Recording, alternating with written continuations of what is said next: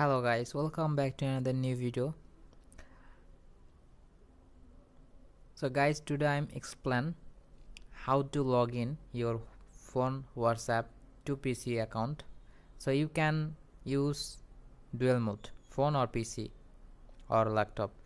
So I'm just click open a browser and search web WhatsApp.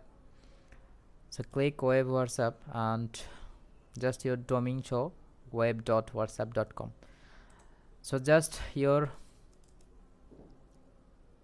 phone account, just log in and open WhatsApp on your phone. Number 2, tap menu, 3 dot icon or settings and select link device and tap link device, point of phone on screen, capture this QR code. So now I am open phone WhatsApp and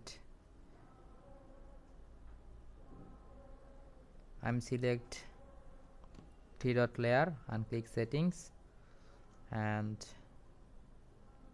link device and scan it.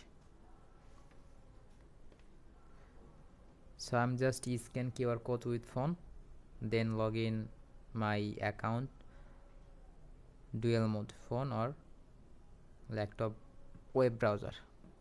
So just loading for chat.